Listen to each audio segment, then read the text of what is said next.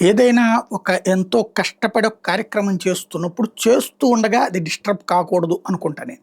లోపాలు ఏమన్నా ఉంటే ఈ లోపాలు సరిచేసుకోండి అని చెప్తా. ముందుగానే లోపాలు కనిపిస్తే ఈ లోపాలు రాకుండా చూసుకోండి అని చెప్తా. అయిపోతున్న తర్వాత అయితే వివరంగా మాట్లాడతా. ఎందుకు అంటే కష్టపడే వాళ్ళ మనస్తత్వం తెలుసు కాబట్టి వాళ్ళు ఎంత ఇబ్బంది పడుతుంటారో తెలుసు కాబట్టి. దసరా శరన్నవరాత్రి ఉత్సవాలు ఘనంగా ముగిసినాయి. గతంలో కంటే ఒక 10% మంది భక్తులు ఎక్కువ దర్శించుకున్నారన్నట్టు ప్రభుత్వం చెప్తుంది. అది పక్కన పెడితే దర్శనం అయితే చక్కగా జరిగింది. అనేక మంది దర్శనాలు చేసుకున్నారు. కాకపోతే ఇప్పుడు మనం అయిపోయింది, మేము హ్యాపీ అనేటటువంటి రూట్‌లో కాకుండా, మనం ప్రజాసేవలో ఉన్నాం. ప్రజలకు సంబంధించిన భవిష్యత్ ప్రణాళికల్ని చూసుకోవాలి. అందులో నేను అబ్జర్వ్ చేసినటువంటి కొన్ని. ఒకప్పుడు వృద్ధులు, వికలాంగులు వీళ్ళందరికీ కూడా చక్కటి సదుపాయం ఉండేది. ఇప్పుడు ఇంత ట్రాఫిక్ కంజెషన్ లేదప్పుడు. సిస్టమేటిక్‌గా ఉండేది. ఇప్పుడు అంటే ప్రత్యక్షంగా ఏళ్ల తరబడి చూసిన వాడిని కాబట్టి 89, 90 దగ్గర నుంచి నేను అక్కడ మంచినీళ్లు పోయడాల దగ్గర నుంచి సర్వీస్ యాక్టివిటీస్ క్యూ లైన్ నడిపించడం దగ్గర నుంచి చేసినోడిని. ఒకప్పుడు వాలంటీర్‌గా, ఆ తర్వాతన జర్నలిస్ట్‌గా ప్రొఫెషన్‌లో 94 నుంచి ఈనాడు, సిటీ కేబుల్, ఆ తర్వాత టీవీ9 వివిధ సంస్థల్లో పనిచేసినప్పుడు అది దగ్గరుండి చూసినటువంటి వాడిగా తెలుసు. ఒక భక్తుడిగా అమ్మవారి ఆశీస్సులతోనే ఎదిగినటువంటి వాడిగా, అమ్మవారి ఆశీస్సులతోనే బ్రతికినటువంటి వాడిగా అక్కడ ఉన్నటువంటి కొన్ని లోపాలు భక్తుల అవసరాలని గుర్తు చేస్తున్నాను అంతే. ఇక్కడ ఇందులో ప్రభుత్వాలని వ్యతిరేకించడమో లేకపోతే మరేమీ లేదు. బాధ్యతాయుతంగా మీరు ఆలోచించుకోండి. ఒకటి, కొండ పైనకి వెళ్ళేటటువంటిది వృద్ధులు, వికలాంగులు ఇట్లాంటి వాళ్ళకి, చిన్నపిల్లల తల్లులు, తండ్రులు వీళ్ళకి ఇబ్బంది అవుతుంది. దానికి ఇదివరకు ఏంటంటే 2 రకాల మెట్ల దారులు, ఒకవైపున ఇది ఉండేది ఘాట్ రోడ్డు.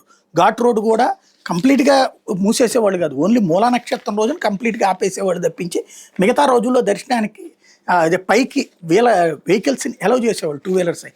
సరే, ఇప్పుడు జనాలు పెరిగిపోతున్నట్టు అప్పుడు ఇంతే సంఖ్యలో ఉన్నారు. తేడా ఏం లేదు. అప్పుడు 80,000 రోజుకి వచ్చేవాళ్ళు. మొదటి 2 రోజుల్లో 50,000-60,000 మంది వచ్చేవాళ్ళు మొదటి రోజున. ఆ తర్వాత నుంచి 70,000, 80,000, 1,00,000, 2,00,000 మూలా నక్షత్రం రోజున వచ్చేవాళ్ళు. అప్పుడు అంతే ఉన్నారు. ఇప్పుడు సమస్య ఏంటంటే ఊళ్ళో వాళ్ళ దర్శనానికి బాగా ఇబ్బంది అయిపోతుంది. తిరుపతిలో వాళ్ళకి ఎట్లాంటి ప్రాబ్లం వస్తుంది, విజయవాడ వాళ్ళకి అట్లాంటి ప్రాబ్లం వస్తుంది. కుటుంబాలతో కలిసి కొండ మీదకి వెళ్ళాలంటే వృద్ధులు, వికలాంగులు ఇట్లాంటి వాళ్ళని తీసుకుని వెళ్ళలేకపోతున్నారు. పిల్లలతో కలిసి వెళ్ళడానికి ఇబ్బంది పడుతున్నారు. దసరా శరన్నవరాత్రి ఉత్సవాల్లో ప్రత్యేకించి ఆ ప్రాబ్లం అవుతుంది. విడి రోజుల్లో కూడా ఆ లిఫ్ట్లేమో దేవస్థానానికి సంబంధించినటువంటి వాళ్ళ చేతిలో ఉంటే విఐపీఎల్ చేతికే ఉంటాయి. సాధారణ ప్రజలు వెళ్ళేటటువంటి పరిస్థితి ఉంటుంది. టికెట్లు తీసుకున్నటువంటి సందర్భంలో కూడా ఇబ్బంది ఫేస్ చేస్తున్నారు. అది ఒకసారి సీరియస్‌గా ఆలోచించాలి. దానికి ఆల్టర్నేటివ్ ఏదన్నది ఆలోచించాలి. ఆ మెట్లు ఎక్కడమేమో ఇదివరకటి రోజుల్లో ఇట్లా వాలుగా ఉండే. ఇప్పుడు వచ్చేటప్పటికి ఇట్లా నిలువుగా ఉంటాయి. ఏదో కాంప్లెక్స్ లాగా కట్టుకునేటికి ఎట్టెట్టెట్టెట్టెట్ట వెళ్ళేటప్పుడు అది కడతన్నప్పుడే చెప్పేది చాలా తలనొప్పి అవుతుంది భవిష్యత్తులో. దర్శనాలు అయినా అవుతున్నాయి అంటే యెస్, ఓపిక ఉన్నటువంటి వాళ్ళు, శక్తి ఉన్నటువంటి వాళ్ళు వెళ్ళగలుగుతున్నారు. ఇవాల్టి రోజున ఆరోగ్యం సక్రమంగా లేనటువంటి వాళ్ళ సంఖ్య ఎక్కువగా ఉంటుంది. అలాంటి వాళ్ళు ఇబ్బంది పడుతున్నటువంటి పరిస్థితి ఉంది. ఇంకొకటి, రాబోయే రోజులు వాస్తవంగా ఇదివరకటి రోజుల్లో అయితే ఇంత స్పేస్ కూడా లేదు. ఇప్పుడు ఆ ఫ్లైఓవర్ కట్టేసేటప్పుడు కింద రోడ్డు అంతా ఖాళీగా ఉంది. చక్కగా దాన్ని సద్వినియోగం చేసుకోవచ్చు. ఇంకోటి, ఆ ప్రసాదాలు 4, 5 ఏరియాల్లో కౌంటర్లు పెట్టాల్సి ఉంది. అట్లాగే కింద కూడా ఏదన్నా ఆలయ నమూనా, ఇప్పుడు తిరుమల తిరుపతి దేవస్థానము దేశంలోని అన్ని రాష్ట్రాల్లో ఆలయాలు కడుతుంది కదా. ఈవెన్ హైదరాబాద్లో కూడా టీటీడీ స్వామివారిది సేమ్ రిఫ్లెక్షన్ అయ్యేటటువంటి విధంగా అట్లా కింద ఏదన్నా ఏర్పాటు చేస్తే బాగుంటుంది. నేను అబ్జర్వ్ చేసింది ఏంటంటే మన దాని పేరేంటి, మొగలరాజపురం దగ్గర సిద్ధార్థ కాలేజీ దగ్గరలో ఉన్నటువంటి ఆ సిద్ధార్థ వాళ్ళకి సంబంధించినటువంటి ఫార్మాస్యూటికల్ కాలేజీ ఏదో ఒక ఒక ఖాళీ స్థలం ఉంది అక్కడ పక్కన వాళ్ళ దగ్గర.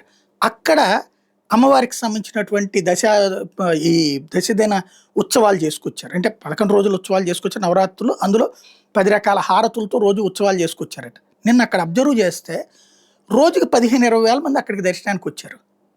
అట్లాగే అక్కడ రోజుకి 5,000 మందికి అన్నదానం జరిగింది. ఎందుకు అక్కడికి వచ్చినోళ్ళు అని చూస్తే, ఒకటి, కొండపైకి దర్శనం వర్కౌట్ కావట్లేదు. కాబట్టి అలాగని విజయవాడలో ఉన్నటువంటి వాళ్ళకి దుర్గమ్మని దర్శించుకోవడానికి అదొక తపన ఉంటుంది. మన ఊళ్ళో ఉండి మన దుర్గమ్మని దర్శించుకోలేదని. అలాంటి వాళ్ళు అక్కడికి వెళ్ళి దండాలు పెట్టుకున్నటువంటి పరిస్థితి. ఎందుకని జరుగుతూ ఉంది ఇది? అక్కడ చక్కగా సిస్టమేటిక్‌గా క్యూ లైన్లు పెట్టారు, వచ్చేటప్పుడు ప్రసాదాలు ఇచ్చారు. ఇది ఒక్కసారి ఆలోచించుకోవాల్సి ఉంది. అదనంగా లిఫ్టులు పెడతారా, లేకపోతే మొన్న ఏదో చెప్పారు ఎస్కలేటర్ టైప్‌లో పెడతారు. పెట్టండి త్వరగా.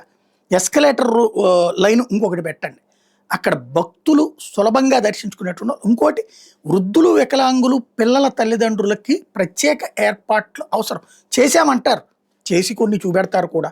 బట్ అది విఐపి ట్రీట్మెంట్ కింద వచ్చి సాధ్యమైంది తప్పించి మామూలు వాళ్ళకి సాధ్యం కాలేదు.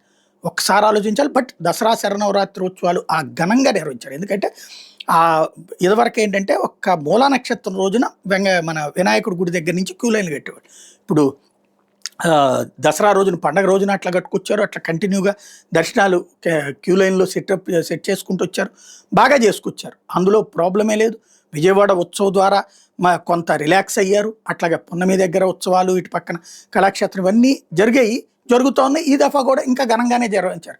అందులో గతంలో ప్రభుత్వానికి సంబంధించిన అప్పుడు ఒక మంత్రి అటెండ్ అయితే, ఈ దఫా మంత్రులు కంటిన్యూగా వెళ్ళటం, ముఖ్యమంత్రి గారు వెళ్ళటం, తద్వారా హైప్ బాగానే ఉంది. అక్కడ ప్రచారము బాగానే ఉంది, వీళ్ళు వెళ్ళడం బాగానే ఉంది, ఏర్పాట్లు ఉంది. ఈ విఐపి తాకిడి మూలంగా అక్కడ నానా ఇబ్బందులు పడాల్సి వచ్చింది. అట్లాగే క్యూ లైన్లలో ఒకప్పుడు ఏంటంటే క్యూ లైన్ కాంప్లెక్స్ ఉండేది. ఏది లైక్ తిరుమల తిరుపతి దేవస్థానానికి సంబంధించి ఆ కొండపైన ఎట్లయితే కంపార్ట్మెంట్లు ఉన్నాయి అట్లాంటి కంపార్ట్మెంట్లు ఉండేది. ఆ కంపార్ట్మెంట్లోనే స్టార్టింగ్లో ఈఓ ఆఫీసు, ఇంజనీరింగ్ ఆఫీసు ఇవన్నీ పైన ఉండేది. దాని పక్క నుంచి క్యూ లైన్ ఉండేది. అక్కడి నుంచి 20, 50 ఇట్లాంటి టికెట్లు కూడా ఉండేవి. ఆ క్యూ లైన్లో కిందకి వెళ్ళిపోయినటువంటి వాళ్ళు ఆ కంపార్ట్మెంట్లో కూర్చునేస్తే అక్కడ కాస్త పులిహార, దద్దోజనం ఇట్లాంటి ఇచ్చేవాళ్ళు. ఇప్పుడు అట్లాంటి ఆహారాలు ఇవ్వలేదు. తిరుమల కొండ మీదన ఎంత లేట్ అయినా 6 గంటలైనా, 10 గంటలైనా, 12 గంటలైనా కుదిరిందయ్యా అంటే, ఎందుకు కుదిరిందంటే ఆహారం, టీలు అవి ఇస్తుంటారు కాబట్టి ప్రాబ్లం ఉంటుంది. ఇక్కడ ఆ ఏర్పాట్లో మిస్ అయ్యారు. మంచినీళ్ళ ప్యాకెట్లు ఈ రోడ్డు మీద నుంచి చాలా చోట్ల పెట్టుకొచ్చారు. వెరీ గుడ్, మంచినీళ్ళకి చేశారు. ఇది కూడా ఇప్పుడు నేను చెప్పినటువంటి లోపాలని నెక్స్ట్ ట్రిప్కి సరి చేసుకుంటే బాగుంటుంది.